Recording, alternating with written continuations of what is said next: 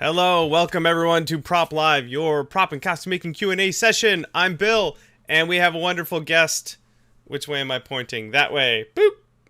I'm pointing the wrong way. There she is. It's Linda, but you know her as Vampy Bit Me. Hello. Hey, what's up? Thanks for having me on here. Oh, I'm so excited to have you on here, especially you with your robot army behind you there. Yes. Well, I just cleaned up the place just for you. All right. Because we just moved so that everything's everywhere. So I tried to make one section at least that looks like, not as crazy. Yeah. So, yeah. Hope you like it. That's what we get to do on the internet, is pretend that the thing that's within view, like I've got my act together. Actually, it barely. These are all just boxes, but everything on that side of the camera is just a disaster. No, it's fine. I wanted to. Yeah, I just wanted to show you guys this. So yeah. Yes. Hopefully you like it. I don't know. Whatever. So what are the robots behind you there? Are those costumes or? Figures. So Jesse and I really like robots, obviously. So he likes Mazinger. I also like grown accustomed to loving Mazinger. I'm a big Gundam fan, so I'll show you some parts. Those are all the kits I haven't built yet. Wow. And it's not all of them, but it's quite a bit. So, and that's not the other side of the room. So those are Mazingers, and this is my armor that we're going to talk about today with the cast, I guess, like the interview thingy. I don't know what to talk about. Yeah, I definitely want to talk about whatever it is you're working on. One of the things that I wanted to talk about was a little while ago at PAX East. You got to do a really cool project for Overwatch. Yeah, I did. I got contacted by Jordan of Henchman. Oh yeah. Props, and I'm sure you guys are friends. So yeah, like he was like, "Are you interested in doing a project with me?" And I said, "Well, what is it?" And he was like, "Well, it's for Blizzard." And I'm like, "Okay, well, it must be crazy." And I already knew kind of what he was talking about. So then when he told me, which is really crazy, you know, like how you do research for characters. So he already kind of knew he was going to ask me about Diva, because I already had her reference photos on my phone. So it was kind of like creepy. I was like, "Are you asking about Diva? Because I would do it." So it was really awesome. I got to work with God Save the Queen, Catherine. She made the costume. And there's a lot of people part of the whole, pretty much I never had a job like that before where people made things for me to wear. So it felt very different and less stressful, I guess. But it was really fun. And they 3D printed all the stuff. And then she sewed the Diva costume with Maria, who goes by Zigzag Pip on Twitter. Mm-hmm. And yeah, it was pretty cool. That's really awesome. That was, I don't know, that one came out of nowhere. It just like showed up at PAX, and there were all these cool costumes and really awesome rides for it. And then all of my friends were involved. I was like, high five everybody all around. Yeah. And we couldn't talk about it until like the day after we did like the car shoot thing. Mm-hmm. So they're like, "Okay, now you can talk about it after." And I'm like, that's crazy. So no one even knew. So it was pretty cool. That's great. I feel obligated too. I didn't point out, if folks at home haven't already gone to check out Linda's Facebook page, just look up Vampy Bit Me on Facebook and you'll find it. And you'll get to see a lot of the cool stuff that she's been working on. And you just told us about some armor. Which armor is that? Oh, so like what I'm working on now? The one that you have just off to the side of you. Oh, this one I actually made last year. Oh, okay. But then like I recently made like a new. I'm really stuck on Monster Hunter right now, so everything Monster Hunter. Like my whole life is Monster Hunter. So I just finished a Monster Hunter costume, and we'll probably go in depth with it later. It'll help with questions or whatever. And I'm working on another Monster Hunter costume very soon, but this one's like my Zenogre armor. I don't know. I use it in the game, so it's pretty cool. Which one is the new? The new one? The one with the red and black and white one? Oh yes. Yeah. This one I made for Anime Expo, and what's cool is that you're Mr. Foamsmith. Uh-huh. So I literally made this out of foam. Yay. And using your tutorials too to help me like put this stuff together. I like, yeah, I used certain, like 4 different kind of foam for this armor, and it's pretty fun to make, yeah. And this one's, yeah, like a Rathalos. So I also like have this in the game too. It's just fun to dress up as like what you're playing, I guess. I don't know. Oh yeah, I do the same thing. That's what I did with Mass Effect, the Defender armor that I had the whole time. I'm like, I need to make this. I need to wear it. I think I met you there back then, right? That's when I met you. Yeah, and that was like 4 years ago. Yeah, that was like a long time ago, but it was really cool. That was. Like, hey, we had to be friends. I remember too. You had your Metroid, the Metroids you had cast. Yes, me and Jesse worked on that together. Yeah. It was really fun. We didn't know what the hell we were doing. And yeah, it's really heavy though. It's like 12 pounds. It's like a real baby. Oh yeah, it's just a giant solid resin casting.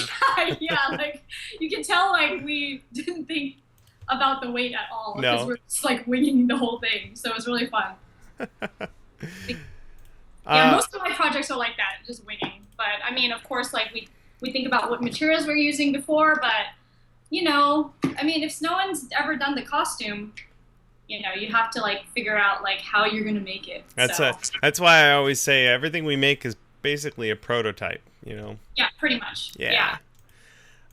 Super neat. Well, what do you have? You have anything cool coming up? Any conventions or new costumes or anything? Oh yeah. Of course, I always do this to myself. I'm like, nah, no more Gundam costumes because I don't have any more space in my house. My house isn't that big. So we lived in, I mean, it's not an apartment, but it is a house. We have a backyard. Ooh. And yeah, like I really love a Shinmusha Gundam. Have you seen a Shinmusha Gundam before? I have not. will show you right now on my phone. Okay. Shinmusha Gundam is my favorite Gundam ever. So I'm working on like my own design of a Shinmusha. So it's like a samurai armor. Mm-hmm. And it's pretty huge. So, yeah, that's what I'm working on right now. How about you? What are you working on? We're just getting ready for DragonCon, and I don't have time to build anything new and big for DragonCon, but I did just finish my Fallout costume, so I'll bring that. Oh, dude, of course. Yeah. We have some smaller, goofy, funny costumes that we'll bring to DragonCon. But then that's what I hear from Catherine. Yeah. She tells me that, like, DragonCon is the fun con. Like, you have to go. It's not all work. But this is the Shinmusha. Oh, wow. Goodness. Yeah. So I'm trying to figure out a way to put that on my body. Yeah. So, most likely foam. That's awesome. We have a couple other things that we have going on other than DragonCon. You guys might see behind me here, we've got a handful of 3D printers. I'm going to move my camera just a touch. So I'm borrowing a G-Max from my buddy Joel, the 3D printing nerd. That's the big one. And then we have the Ultimaker, and then we have the Form 2. So all of these printers are good at all different sorts of things. So we're going to showcase a lot of that with our 3D printing video series, which starts tomorrow. Season 2 of Prop 3D. And tomorrow I'm just going to go over kind of an overview for the whole new season and all the different printers and what it is we hope to accomplish. So I'm going to be making a giant gun from Destiny, which will be fun because who doesn't like Destiny guns? Can't wait to see that. Yeah, that one's going to be fun. We have a lot of little projects. Before we were live here, I was showing off. This is a ring that I printed on the Form 2, which is really, really cool at focus. Really good at really small detail things. So we're going to do a handful of videos on that Form 2, which is exciting. What else? Oh, I've got 100,000 subscriber video to do here soon, and I also have, what else did I promise you guys? A patron, our patron build is going to be the Tesla rifle from Fallout. So all of that's coming up soon, as well as DragonCon. Exciting though, 100,000. Yes. Congratulations, that's awesome. Thank you, that's awesome. And also shout out to our buddy Evil Ted. I don't know if he's in the chat or not, but he just hit 100,000. He is just nipping at my heels. He's probably going to surpass me soon. I love him too. Oh my gosh, I watch his videos too. Yeah, Ted's the best. Cool. Let's say that's about all. Anything else you want to chat about before we start taking some questions? Yeah, like I do have a couple shows. I'm going to. We were in the Philippines together last year, That's but right. we're not going this year. Yeah. My next show. Well, I'm going to Tokyo Game Show next month. And buying a lot of toys there and Yeah, I'm going to Tokyo Game Show next month, and then Sweden, and where else am I going? Where am I going? New Zealand. Oh my God! I'm super jealous. New Zealand is one I want to go to for a long time. I saw Holly's pictures, and I'm like, dude, gotta go. So fun. So yeah, like that's where I'm headed. So I'm like trying to finish like another Monster Hunter costume by that time. So we'll see. That would be a really fun thing to shoot down in New Zealand. Yes, some nature compared to like concrete jungle here in LA. So yeah, it'd be kind of cool. Well, we'll be down in LA here pretty soon. We'll be going to BlizzCon. We do that every year. And then right after that is DesignerCon. So we'll be looking forward to hanging out with you guys down there. Yeah, DesignerCon's awesome. If you guys never been to DesignerCon, it's probably the best art-centric kind of community-based convention ever with really unique pieces and a lot of amazing artists. So definitely check it out. I feel like I'm going to spend a lot of money there. Yes, you are, because I do. It's crazy. It's awesome. Fantastic. All right. Hey, gang, we got a bunch of your prop and costume making questions here. Again, if you're watching live and you want to throw some at us, just go to punishprops.com/live. There's a form there to submit your questions. We're going to dive into these and start answering them for you, starting with someone's name that I can't pronounce. What? Oniros? That's what I'm going with. All right. Okay, we'll just call you Oni. How about that? All right. Onesies is what I'm saying. He's got a question for each one of us. For me, he says he saw my radio-controlled car mod based on Mad Max. And also Linda likes Gundam kits. So Linda, have you taken your prop making skills over to Gundams to make custom units? Yes, I have actually. I've been building for about 15 years, a long time, and that ages me right now. But yeah, so I do paint, and I really want to get into, because the thing is, like, my main goal this year is to actually join in on the Gundam competition. So I kind of want to compete. I don't really compete in other kind of like things like cosplay or whatever, but I do want to compete against other Gundam builders because I have some faith in myself. So yeah, I'm gonna try that. Yes. That's awesome. That's something I'm looking forward to. Let's see. He also wants to know if I've ever been interested in Gundam kits. You know what? I have been interested. I haven't taken the plunge yet, but I bet if some of my friends probe me enough, then it wouldn't take much to get me into it. I will give you a kit. Okay. Yeah. I'll give you a kit. I'll pick one for you. Okay. If you give me a kit, then I will be obligated, yes, I think, to build it. Yeah. Oh, I'll live stream it for sure. Yeah. Okay, cool. I'll pick the perfect kit then. Perfect. Great question. Even though I can't pronounce your name. Thank you for the question. No. All right, here's one from one of our regulars, Nerdy Views. Nerdy Views is curious, Linda, have you ever thought about live streaming? You know what? I've been moving, and I think a lot of people who follow me on Twitter, they're like, dude, you move a lot. And I'm like, I know, I just can't figure out where I want to live. So I've been moving. Within 2 years, I moved 3 times. Wow. Yeah, a lot of stuff. So, like, I'm finally settled, I think, and I am cleaning up a lot and organizing things. So, yes, I will probably be streaming. I don't know when, but, like, probably soon. Cool. Yeah, maybe like 2 months. I don't know, around there. That sounds awesome. Nerdy Views is specifically interested in not only cosplay building, but also live streaming your Gundam building. Cool. Yeah. If you are going to get into it, I recommend just going over to Twitch Creative and looking for people who are already streaming like Gundams, because every day there are people on there. Nice. So yeah, just start watching people and seeing what they're doing. I already watch a lot of my friends. I know, right? So like I really like it. I mean, when I'm working and stuff, I don't really watch anime because there's like a lot of subtitles, and I can't keep up. So I have you guys in the background every time I'm working and stuff like that. So it's nice. Yeah. Cool. All right, there you go. Thank you, Nerdy Views. I will join the list of people looking forward to seeing when you start streaming. All right, my buddy Fuzro Dave says he wants to make a Pokeball that opens.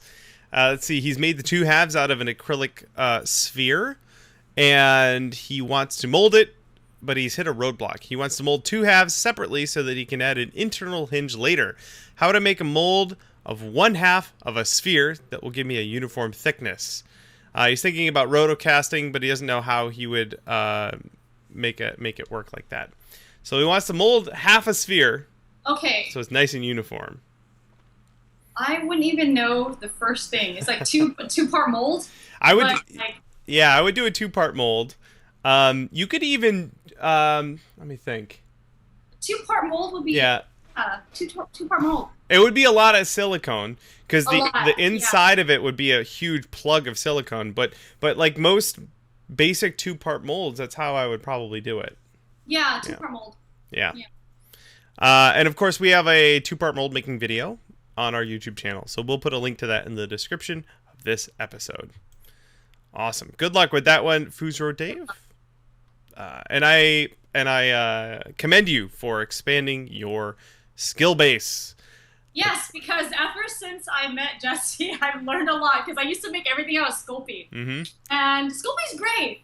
It's just brittle. It's really brittle, and it falls apart when you paint it. So after I learned a lot of mold making from him, I'm like, oh my god, this is actually, I can make 20 of these. Oh yeah, or 200. Yeah, and in one big mold thing. So it's pretty cool. It's awesome.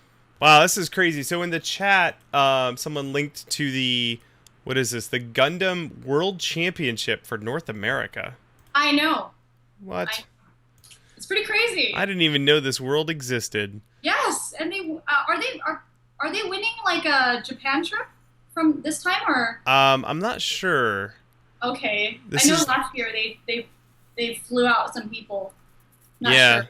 Yeah. But they're just showcasing the people who won and the runners up.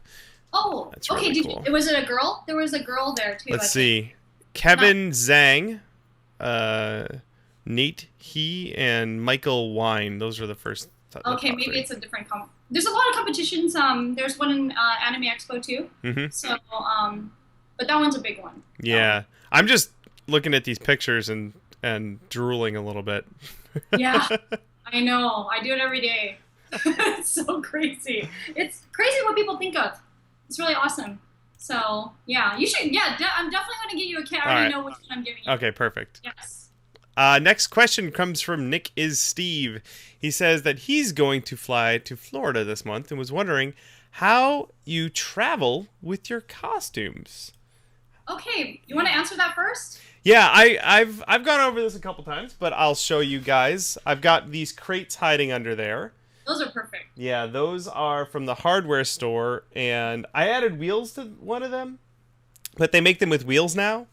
So those are Footlockers. Plastic Footlockers are trunks. If you look up plastic trunk at Lowe's or on Amazon, that's what I travel them in.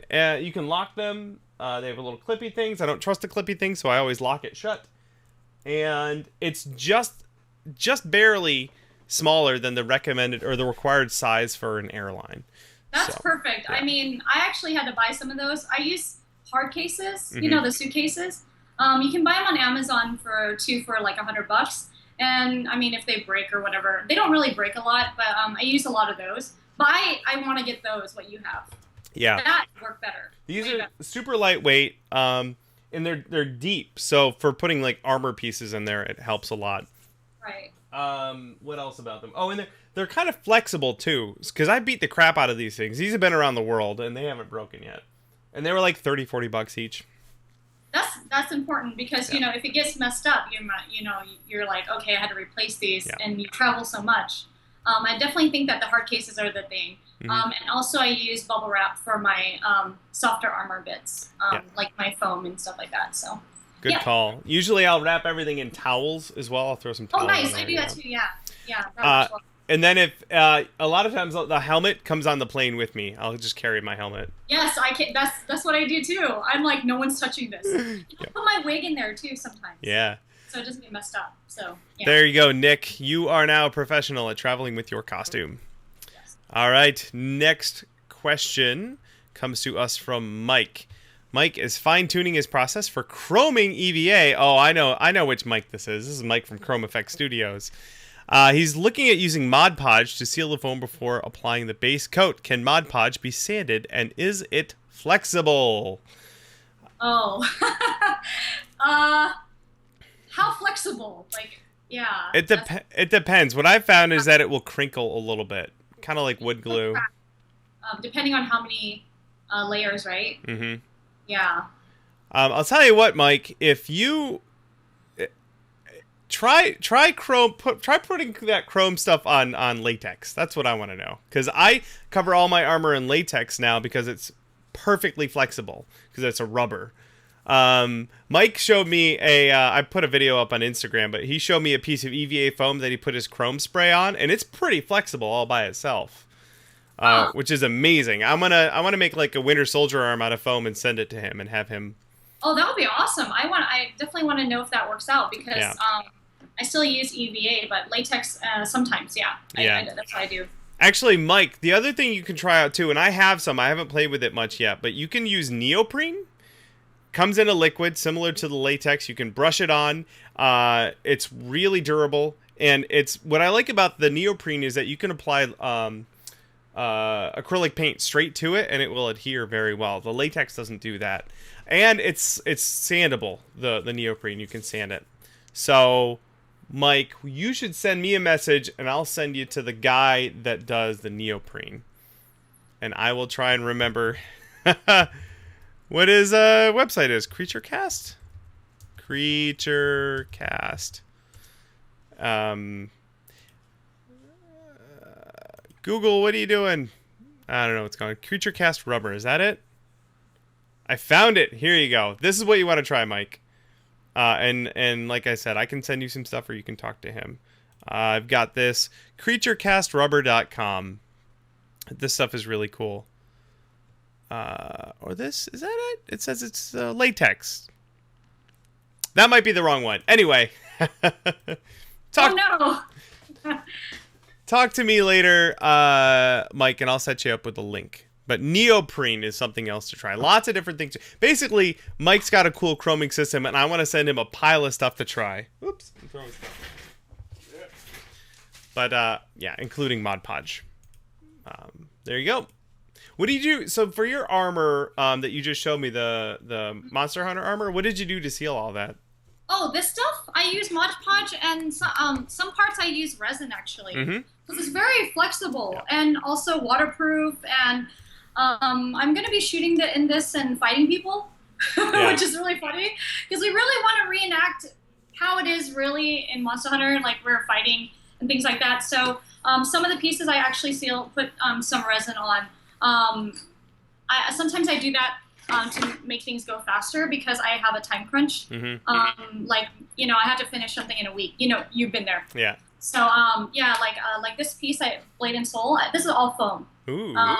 So it's really cool. Like, and I think that foam is probably my favorite material now because you can just, well, I know you like it. Like, I mean, after seeing you make stuff out of foam, I was like, you know what? I really need to get up on this. And then after that, I just been stuck. I just ordered like 100-something sheets of foam, and I'm like, goddamn, Bill. So what resin are you putting on there? Just regular resin. Like a urethane? Yeah, just a regular resin on there. If there's anything better, I mean, I'm sure the audience. I use it. Yeah, I use it. It works fine. The results speak for themselves. Yes. Awesome. There you go, Mike. There's a bunch of stuff for you to try. But again, just send me a message, and I'm going to send him a bunch of crap and then have him try and chrome it. It's going to be awesome. Yeah, I want to check that out too. If you guys don't know what I'm talking about, we'll post a link to the video I put up on Instagram. We'll post a link to that in the show notes. You can go check that out. But basically, it was a piece of EVA foam that was chromed, and I was just flexing it, and I was going, "This is crazy!" It was awesome. All right, next question comes from Nick over at Modulus Props. He's been experimenting with gesso as a sealer for EVA foam, and it seems to work just as well as Plasti Dip. Have you ever tried it? You know what? I've never actually used gesso. I know a lot of people like that from Worbla. How about you? I've used gesso quite a bit on a lot of my pieces. I do like it. I don't know. I really like Mod Podge more. Gesso is kind of like, yeah, it depends on the finish you want, I think. Right.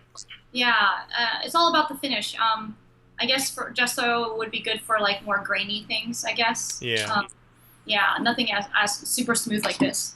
Mod Podge would be perfect for this, but yeah, I think that like I don't use it a lot, but I do use it not as much as Mod Podge. I gotcha. Yeah, I think a lot of times people are hoping that they can find a material that's like a one-stop shop for every solution, and usually that's not the case. And like you said, it depends on the finish that you want.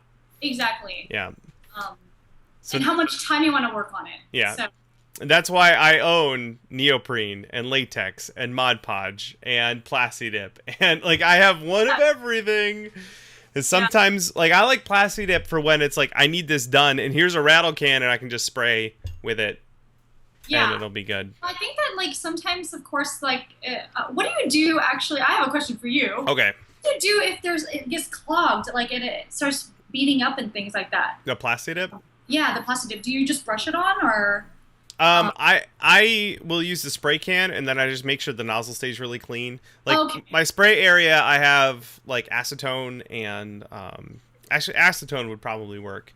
Okay. Just wipe off the nozzle, but you kind of got to do it before it dries, because when it dries to that rubberiness, maybe it's that. Yeah, like you're running back and forth from the backyard. Yeah. The other thing too, you can buy replacement spray nozzles. You can get like custom spray nozzles too for people who do graffiti art.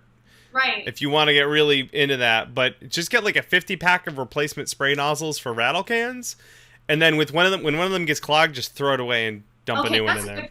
Yeah, that was my question for you. Yeah. All right. Okay, cool.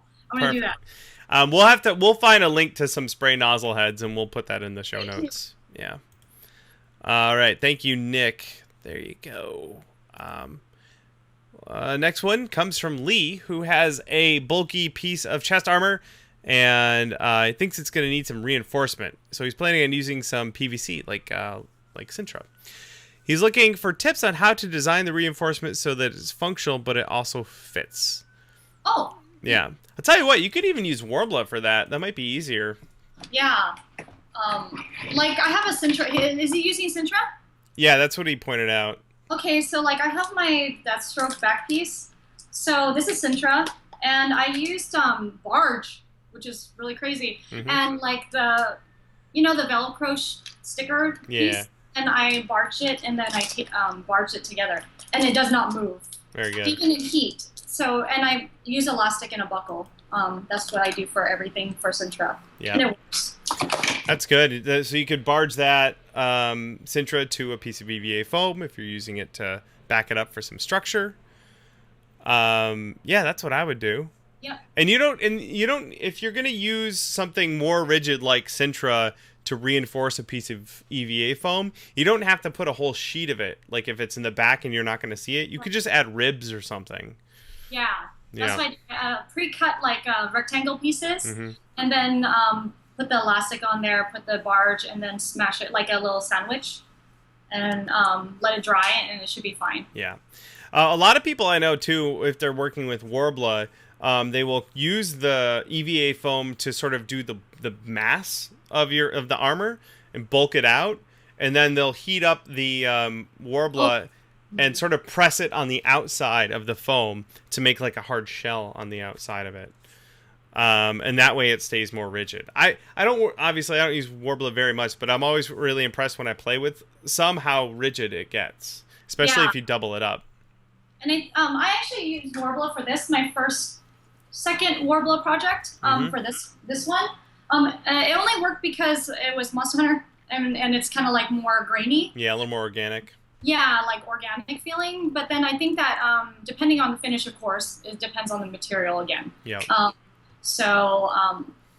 like Worbla, but I think that like during heat, it really doesn't survive. Yeah. So I get really scared using that material sometimes. But I also do like it because it's really fast. Right. It's really quick, and you don't have to glue anything together. Nope. It's just automatically just use a heat gun and you're done. Yeah. Real quick in the chat, I saw someone else asking about Plasti Dip, because we were just talking about that. Okay. Talking about humidity and temperature, if that affects it. I would say anything that affects paint or spray paint especially is going to affect your Plasti Dip. We hear from people in Florida all the time who have problems with paint because it's so humid down there. Now, where you guys are, you're actually kind of spoiled. It's hot and it's dry, so spray paint... Yeah, but it's hot though. So Worbla's crazy. Like I this thing melted on me, so I was like, you know what? I'm gonna stick to foam for now. You know, and also what's great about foam is that when you're in the hotel room and something's smashed, like this shoulder piece, usually this piece would get smashed right away when you're traveling. But then, you know, like what I noticed is that if I use it like a blow dryer, it pops back up and I can form it again. Oh, which there is really you go. cool. Yeah, like depending on what you cover it with. If it's resin, then no, it's done. You might as well make it battle damage. So. With I'm pointing at my helmet. You guys can't see, but there's, Nice. there's a helmet over there. That's all covered in latex. And that I mashed. I didn't carry that on the plane. I actually just mashed it into my costume. And it would get like a line across part of it, or I mashed it into my crate. And the line would show up in the foam, but if I just let it sit for a couple hours, it would just kind of pop back out. Yeah, it's just awesome. Yeah. Like, I love foam. People are like, oh, are you sure foam can look like that? I'm like, dude, just cover it with stuff. Try it out. Like, if it doesn't work for you, then try a different material, like, you know, to cover it with. I don't know. Foam's great. I mean, my favorite foam is this sheet. Do you use these sheets too? Oh, yeah. Okay. This is why I love this. It's kind of expensive, though. I found it online for like 55 cents a sheet. Yeah. But I love it. Also, if you hit the that label with a heat gun, it'll peel right off. I noticed that. Yeah. I by accident, but I really love this stuff. I think this one's 6mm? Yeah. Not sure. Yeah, it's my favorite. I see in the chat, Pink Star Cosplay is really excited that you're going to New Zealand because that's where she is. And that we need, yes, I agree. Brittany and I need to get out there too. Yes, I will let them know, dude. I will tell them. Awesome. So, yeah. And I want to take a moment to point out we got a bunch of guys in the chat. I see Evil Ted in there. Hey Ted, congrats on 100,000, buddy. Well deserved. Congrats. Our chat's awesome. Go Prop Tarts. They're the best. Okay, so that was a long answer to Lee's question about foam and PVC. So hopefully somewhere in there we answered it. Let's grab another one. This one has a picture. Let me see. That looks familiar. The question is, I'm making Project Katarina's gradient blades. I don't know what Project Katarina is. Let's look. Is that League of Legends or something? Or it sounds like it. Oh, yeah, League of Legends. Okay, cool. And there's a picture, and I'm showing everyone else the picture. I don't think you can see it, Linda. But no, I can't see it. But it's basically they're these blade, like a tech-looking sword thing with a spine that's all mechanical-looking. But the blade is like a glowy pink gem. Oh, okay. Yeah, which is really cool. Like, is it translucent? Or... Yeah. Oh. It depends on. I wish I could see what you're talking about, but maybe I should Google it. What is it? Project Katarina. If you look that up, Okay. you'll see it. But I remember a thing about that, and I need to look it up real quick because I can't remember if it was an NDA or not. Uh-oh. Oh, I see. Okay. Super mech looking. There it is. Yeah. Wow, that's beautiful. Really cool. My auto complete here is screwing with me. All right, I found it. I know someone who's working on that, but I can't say who or why. So never mind. No, wait, here we go. So my friend Kat over at Valkyrie Studios. I was looking to see if she had posted it or not. She's working on that.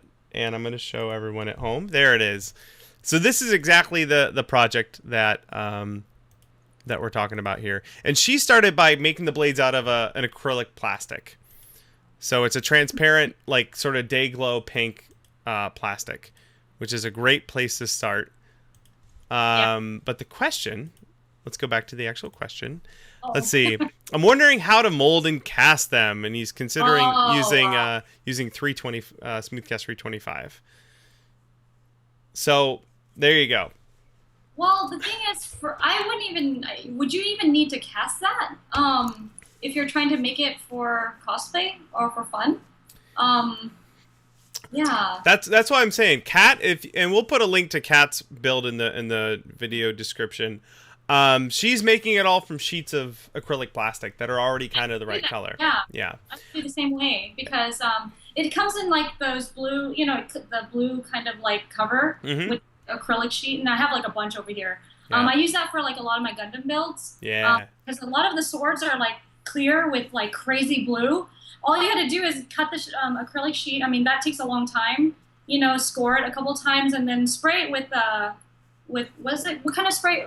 I forgot what the name was, but it's like for acrylic, like model kit stuff. Yeah, there's a couple different adhesives you can use. I built blades like that. It was green, but it was that same Dayglow acrylic sheet. Right. I made Stalker blades from WildStar.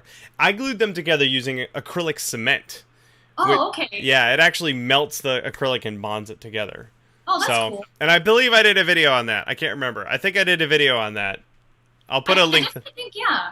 I'll put a link in the show description. I think she doesn't have to cast them and stuff. Yeah. She can just use acrylic sheeting. There you go. That question came to us from Vadim. So there you go. Don't cast them. That's the long answer. That's a lot of work. I know. You might as well just... Unless you want to make like 100 of them, but if you're only making 2, just cut them out of acrylic sheet. Yeah, I agree. Cool. All right. Everything you need to know will be in the video. Next question comes from Edge Rookie. What's your... Oh, this one's for you. It says, "Hi, Vampy. What's your biggest cosplay project that took you a very long time to make?" Okay. A lot of... Yeah, majority of my projects, I don't know what the hell's going on because I'm like, okay, well, I built this model kit. It's really awesome. How do I put it on my body? That's my question. And usually Are you familiar with Clive Lee? Clive Lee? I don't think so. Oh, you need to look this. Okay, if you guys are in this chat, you will find out one of my favorite Sintra guys. His name is Clive Lee. He's crazy. Like, he makes Gundam cosplay, and he has a page on the RPF, step-by-step how to make a costume, but it doesn't tell you exactly how to make that specific Gundam. And there's like a zillion Gundams. So, like, what was the question again? I'm like going... what was your biggest, longest time costume? The Unicorn Gundam. That thing took me an ungodly amount of time because it was Sintra. Yep. The whole thing was Sintra. So I was, like, literally dying. And it was, like, the summertime, and I'm, like, cutting, all the Sintra. And I find out... it was my first Sintra project. Wow. So, it was my first Sintra project ever. And my first foam project was my other Gundam, the blue one, the Goof. So after watching you and Evil Ted, I was like, I can work with foam. And I literally was stressed the hell out because I didn't know how to fit it on my body. And that's whole another beast, figuring out like how to size it to your body and things like that. But so the Unicorn Gundam is definitely my craziest. That's cool. I pulled a picture up for everyone there. That's pretty ambitious. Thanks.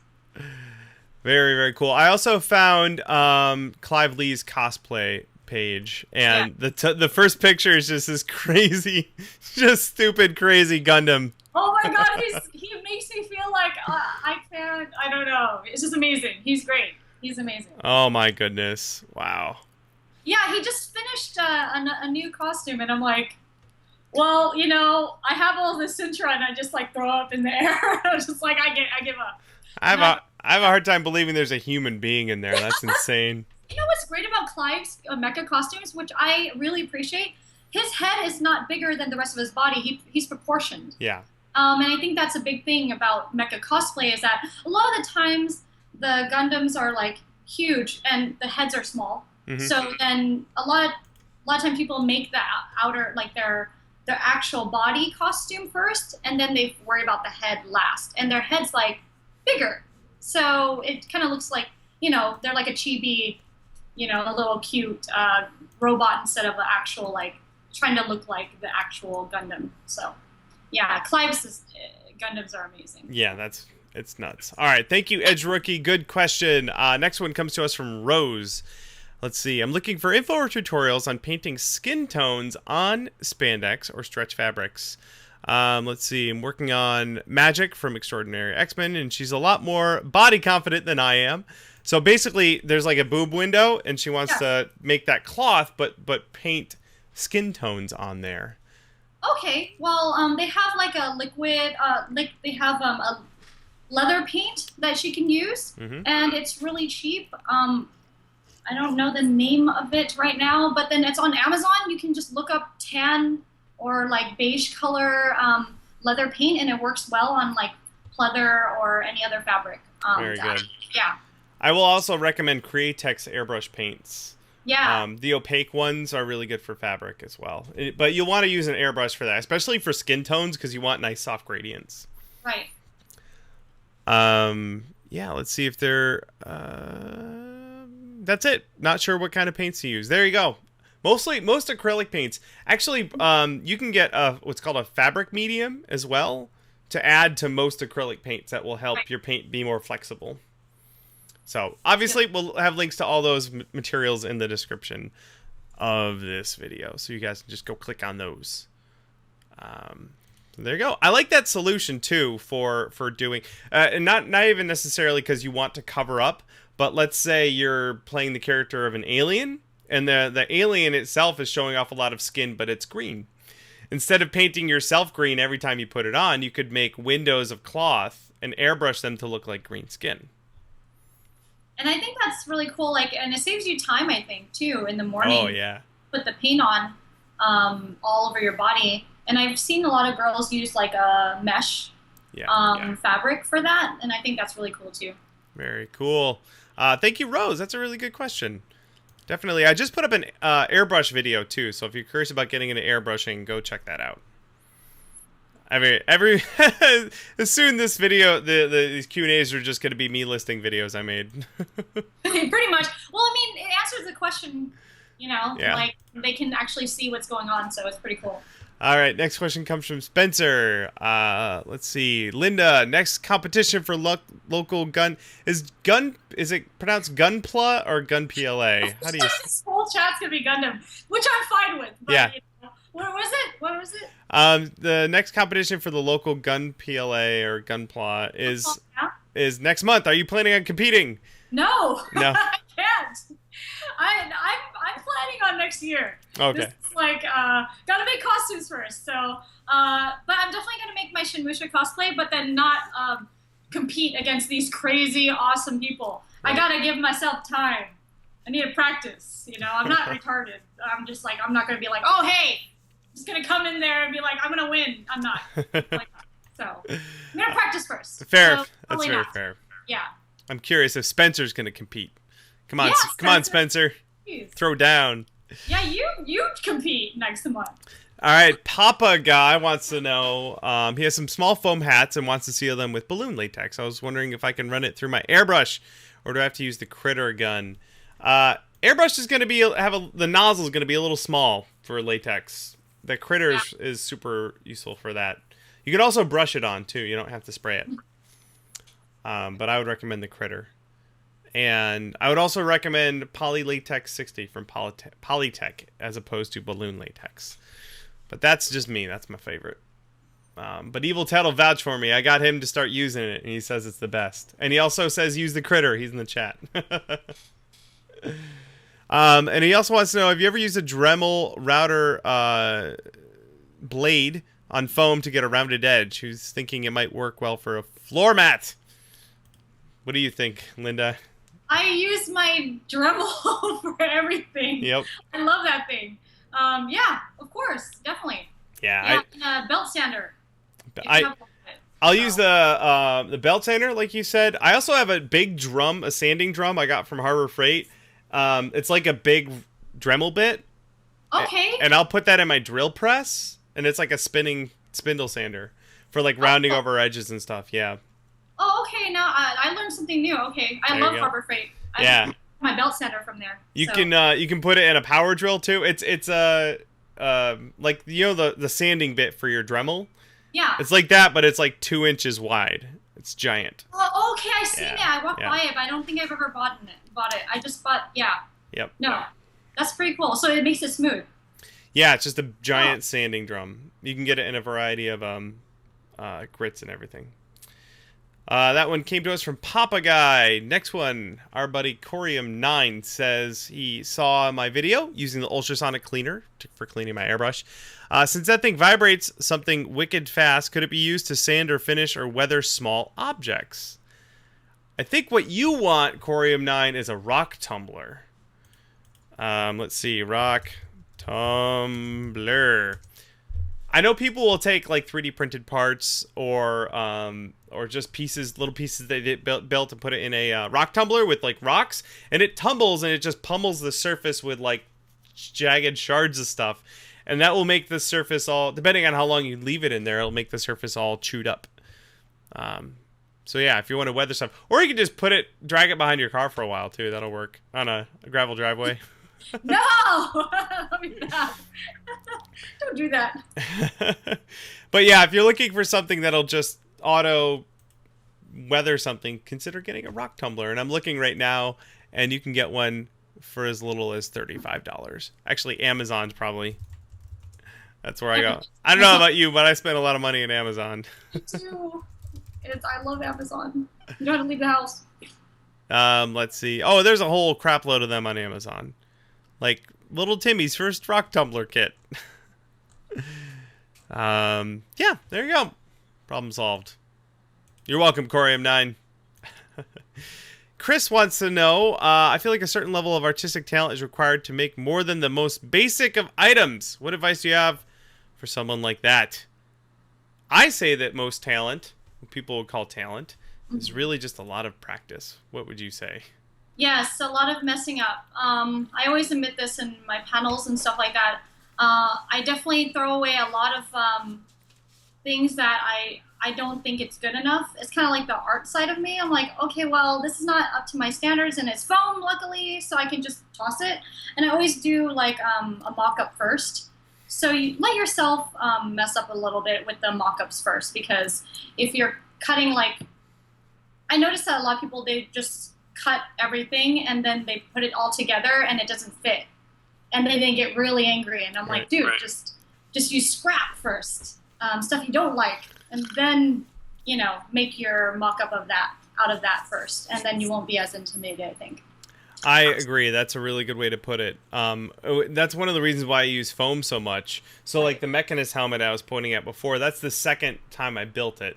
I usually plan on, like the first one that I built, I literally just took up floor mats from the ground, like dirty old floor mats. Yeah. And I built it out of that to template it because I knew I was going to scrap it anyway. No, I agree. I literally go to, Walmart has some really, really cheap, bad foam that is super cheap, and I just buy it and make a really ugly mock-up out of it, like neon green colors or whatever. I know it doesn't look nice.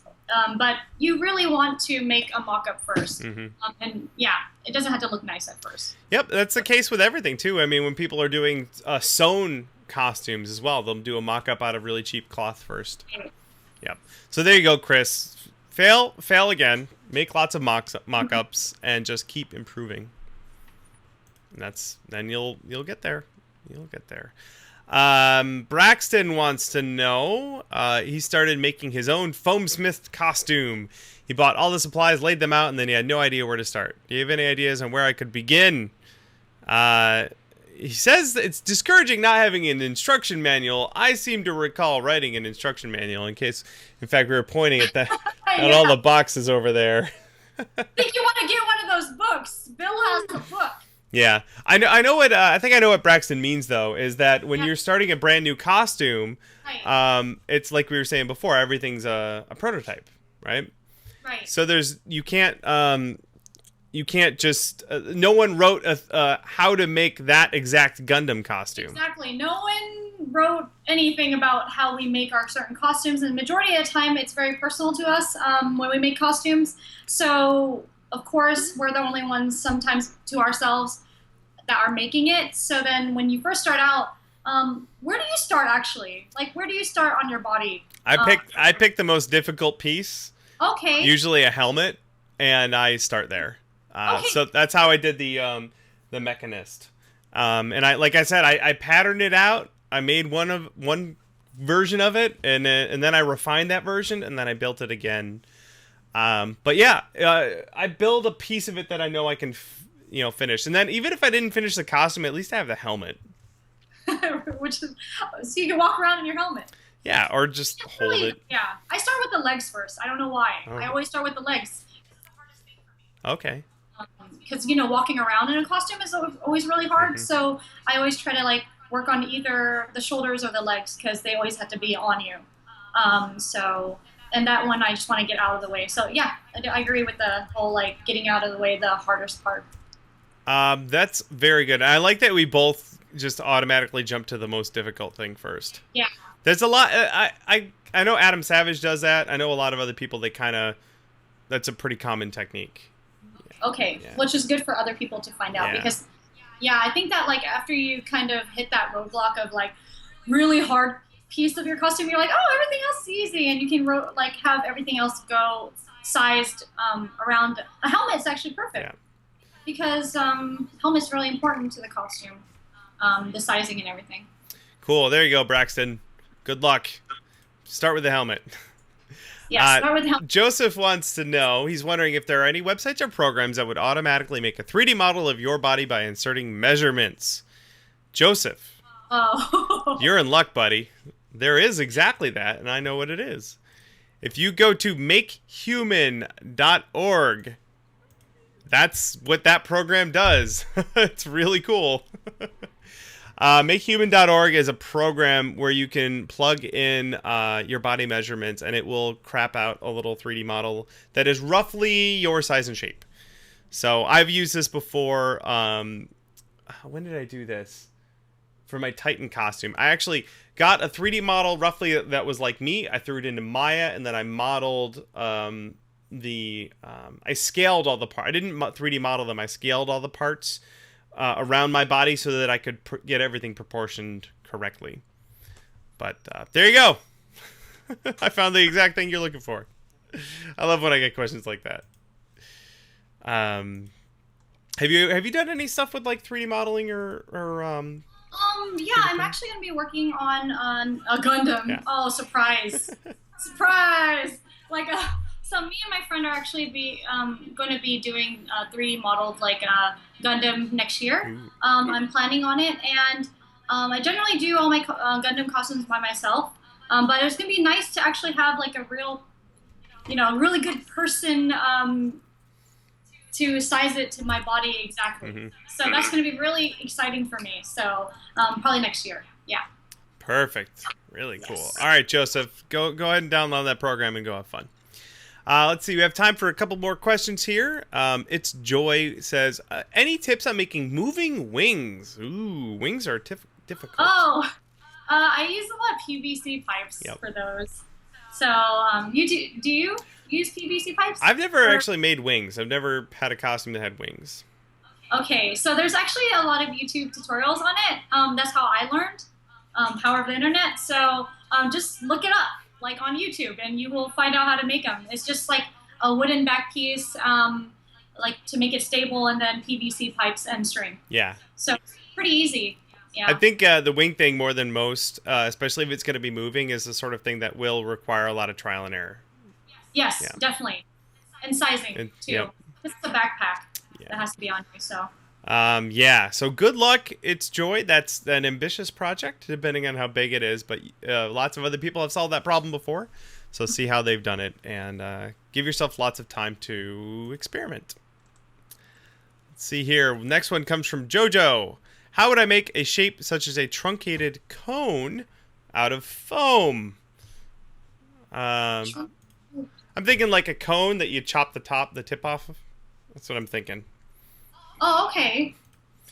There's a couple ways you could do it. You could You can make it just a solid stack a bunch of foam and then just carve out a cone shape. But also you could pattern. Right. I would call it a tapered cylinder. Right. I actually did this recently. I did it too, but it's smaller though. It's not as it's not like how much? It's like that, like this. I'm thinking something like that. Yeah. Oh, okay. Yeah. If you look up a tapered cylinder on YouTube, or a tapered cylinder maybe pattern. Mm-hmm. Yeah, that's gonna set you down the right path. Again, it depends on the specific dimensions of it. Yeah. But look up a tapered cylinder pattern. I want to say I found a generator that would help me figure that out. So there you go. But that's how I would do it. It's basically, it looks like a Yeah, I see it. yeah, like a band of whatever your material is, and the thickness of it and the arc and everything is gonna determine the final outcome. But then you can wrap it around, glue those edges together, and you've got yourself a tapered cylinder. And if you use foam, you can just snip it and then make it more narrow or wider if you want. Yep. So, yeah, shouldn't be that hard. All right. A lot of times I find too, and I run into this problem all the time. I want to make a thing, but I don't know what it's called. And if you know what the term is and you look it up, then boom, there's the answer. I usually call things like that triangle thing. Right, but like a triangle thing. And they're like, "What are you talking about, a spike?" And I'm like, "No, not really. Yeah. It's a triangle thing." If you go to the hardware store and you're like, "I just need a triangle thing. Just point me into the aisle where you keep those." You're like, "Funnel?" I'm like, "No, that is not. I'm not trying to make things. If I want to make a funnel, I'll just buy a funnel." But, triangle thing that curves. Cool. It's low. All right, Jojo, go look up a tapered cylinder.